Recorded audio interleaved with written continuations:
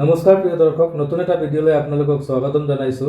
আপোনালোকে এটা কথা মন কৰিছেনে, কিয় কিছুমান মানুহৰ জীৱনতে ধন সম্পত্তি, সুযোগ আৰু সফলতা সহজে আহে আৰু কিছুমান মানুহে জীৱনভৰ পৰিশ্ৰম কৰিলেও কোনো সুযোগ নাপায় বা টকা পইচা ৰখাবই নোৱাৰে, তেওঁলোকে সফল হ'ব নোৱাৰে। সঁচা কথাটো হৈছে, ধন প্ৰথমতে একচুৱেলি মানুহৰ মগজতে জন্ম লয়, তাৰ পিছতেহে বাস্তৱ জীৱনত আহে।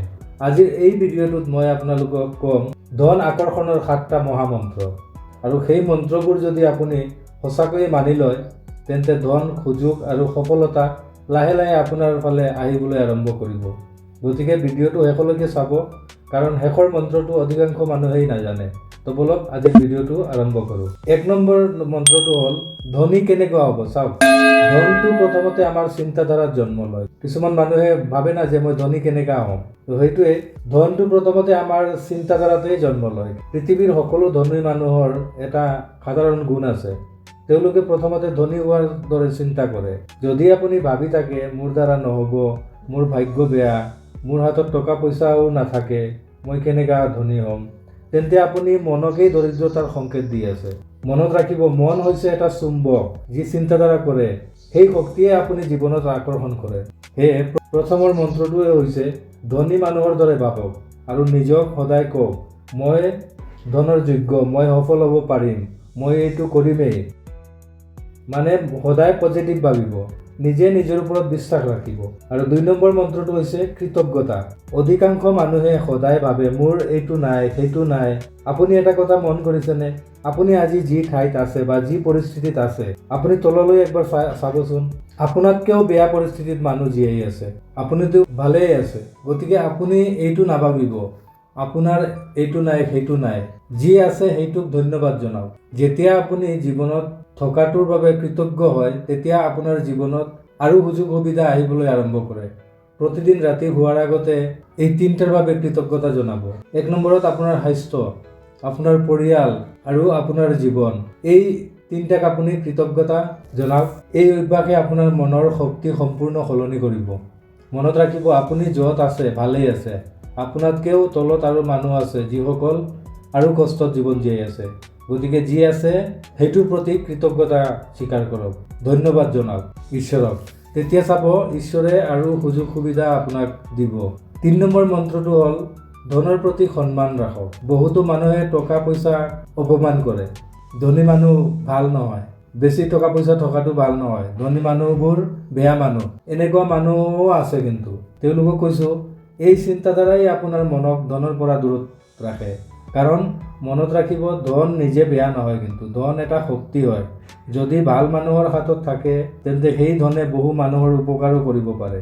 সেইকাৰণে ধনৰ প্ৰতি সন্মান ৰাখক, টকা পইচা অপব্যয় নকৰিব। আৰু 4 নম্বৰ মন্ত্ৰটো হ'ল লক্ষ্য স্পষ্ট ৰাখক। ধৰি লওক আপুনি গাড়ী লৈ ক'ৰবাত যাবলৈ ওলালে, কিন্তু ক'ত যাব লাগে নাজানে, তেন্তে কি হ'ব? আপুনিতো গাড়ীতেই থাকি যাব না, আপুনি গাড়ীটো চলাইয়ে থাকিব। আপুনি গাড়ীটো যে চলাই আছে, ক'ৰবাত যাবলৈতো ওলাইছে না, সেই জাগাটোতো আপুনি জানিব লাগিব যে মই তালৈকে যাম। ঠিক তেনেকুৱাই জীৱনত ধন পাবলৈ হ'লে লক্ষ্যটো স্পষ্ট লাগিব। আগতে নিজে নিজক প্ৰশ্ন কৰক, মই কিয় ধন বিচাৰোঁ, মই কিয় ধনী হ'ব বিচাৰোঁ? পৰিয়ালৰ বাবে না নিজৰ স্বাধীনৰ বাবে না সপোন পূৰণ কৰাৰ বাবে? কিহৰ বাবে আপুনি ধনী হ'ব বিচাৰে, সেই লক্ষ্যটো লিখি লওক। যিসকলে নিজৰ লক্ষ্য লিখে তেওঁলোক অধিক সফল হয়। গতিকে লক্ষ্যটো লিখি ল'ব। আৰু 5 নম্বৰ মন্ত্ৰটো হ'ল ধন আকৰ্ষণৰ নিয়ম। পৃথিৱীত এটা অদৃশ্য নিয়ম আছে, কিন্তু আপুনি যি ভাবিব সেই শক্তিকেই আপুনি আকৰ্ষণ কৰিব পাৰিব। গতিকে যদি আপুনি সদায় সমীক্ষা দেখে, তেন্তে সমীক্ষা আহিব, আৰু যদি আপুনি সুযোগ দেখে, তেন্তে সুযোগ আহিব। গতিকে আপুনি চেষ্টা কৰক নিজকে ধনী জীৱনত কল্পনা কৰিবলৈ। আপুনি কল্পনা কৰক আপুনি আপোনাৰ লক্ষ্য পূৰণ কৰিছে। এইটো চবৰ বেলেগ বেলেগ লক্ষ্য থাকে, মই কেৱল এটা এক্সাম্পল দিছোঁ। ধৰি লওক আপোনাৰ ডাঙৰ ঘৰ লাগে, আপুনি সেই ঘৰত আছে, ঘৰৰ ভিতৰত যি যি লাগে সেই চব আছে, আপুনি যি যি বিচাৰিছিলে সেই চব আপোনাৰ পূৰা হ'ল, এনেকুৱা কল্পনা কৰক। এইটো সপোন নহয়, এইটো হৈছে মনৰ প্ৰগ্ৰামিং। আৰু 6 নম্বৰ মন্ত্ৰটো হ'ল ধৈৰ্য আৰু পৰিশ্ৰম।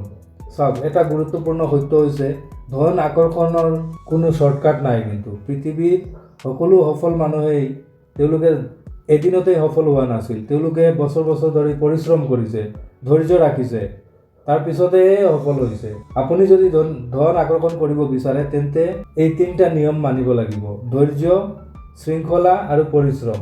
এই 3টা নিয়ম মানি চলিব লাগিব। যিসকলে এই 3টা নিয়ম মানে তেওঁলোকে জীৱনত সফল হ'বই হ'ব।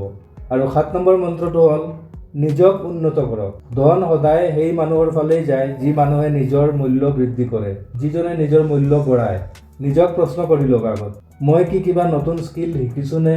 চাওক, নতুন নিয়ম, নতুন দক্ষতা এইবোৰে কিন্তু আপোনাক অধিক মূল্যৱান বনায়। মনত ৰাখিব, যিমান আপুনি নিজক উন্নত কৰিব তিমানেই সুযোগ আপোনাৰ জীৱনত আহিব। প্ৰিয় দৰ্শক, ধন আকৰ্ষণৰ মহামন্ত্ৰ কোনো যাদু নহয়। এইটো হৈছে সঠিক চিন্তাধাৰা, সঠিক অভ্যাস, সঠিক পৰিশ্ৰম। যদি আপুনি আজিৰ এই 7টা নিয়ম মানি লয় তেন্তে লাহে লাহে আপোনাৰ জীৱন সলনি হ'বই। প্ৰিয় দৰ্শক, আৰু কি ক'ম, আজিৰ ভিডিঅ'ত ইমানেই। বেলেগ এটা ভিডিঅ'ত লগ পাম, বেলেগ এটা টপিকৰ সৈতে। আজিৰ ভিডিঅ'টোত কি শিকিলে আপোনালোকে কমেণ্টত লিখিব। তেতিয়ালৈকে সুখী থাকক, সুস্থ থাকক। জয় আই অসম।